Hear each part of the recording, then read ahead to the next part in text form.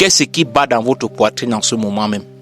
C'est votre cœur, le moteur de votre vie, celui qui vous maintient en vie sans que vous ayez à y penser. Facile, n'est-ce pas? Mais est-ce que ce moteur tourne toujours dans les meilleures conditions? Avez-vous déjà ignoré un petit signal, un petit ralentissement, une petite douleur étrange en vous disant ça va passer? Eh bien aujourd'hui, je vais vous parler de Marc. Marc, en fait, c'était vous, c'était moi. Et un jour, le signal qu'il avait ignoré est devenu une urgence. En effet, Marc avait 40 ans. Il avait une vie active, un travail prenant, une famille, bref, tout allait bien.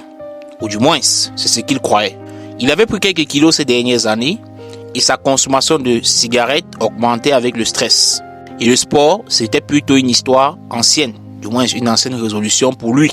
De temps en temps, en montant les escaliers, il se sentait un peu essoufflé ou une petite douleur lancinante qui lui serrait la poitrine. C'est le stress ou un coup de froid, se disait-il. Il repoussait toujours le rendez-vous chez le médecin en disant « j'ai pas le temps » ou encore « j'ai pas envie de savoir ». Puis un après-midi, en rentrant du travail, il ressentait cette oppression habituelle, mais plus forte cette fois. Il a soupiré, s'est-il dit, qu'il allait s'allonger un peu.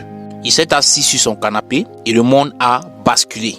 Une douleur fulgurante, une sensation d'étouffement. Il a essayé d'appeler à l'aide, mais sa voix ne sortait pas. Sa femme a trouvé une scène qu'elle n'oubliera jamais. Une urgence absolue. Conduit rapidement à l'hôpital, les médecins ont été clairs. C'est un infarctus causé par des années de négligence silencieuse. Le cholestérol trop haut, la pression artérielle qui avait lâché, les artères qui commençaient à se boucher, tout ça alimenté par le tabac, la mauvaise alimentation et le manque d'activité physique. Heureusement, ils ont pu le sauver, mais le chemin pour récupérer a été long, semé d'embûches et de regrets.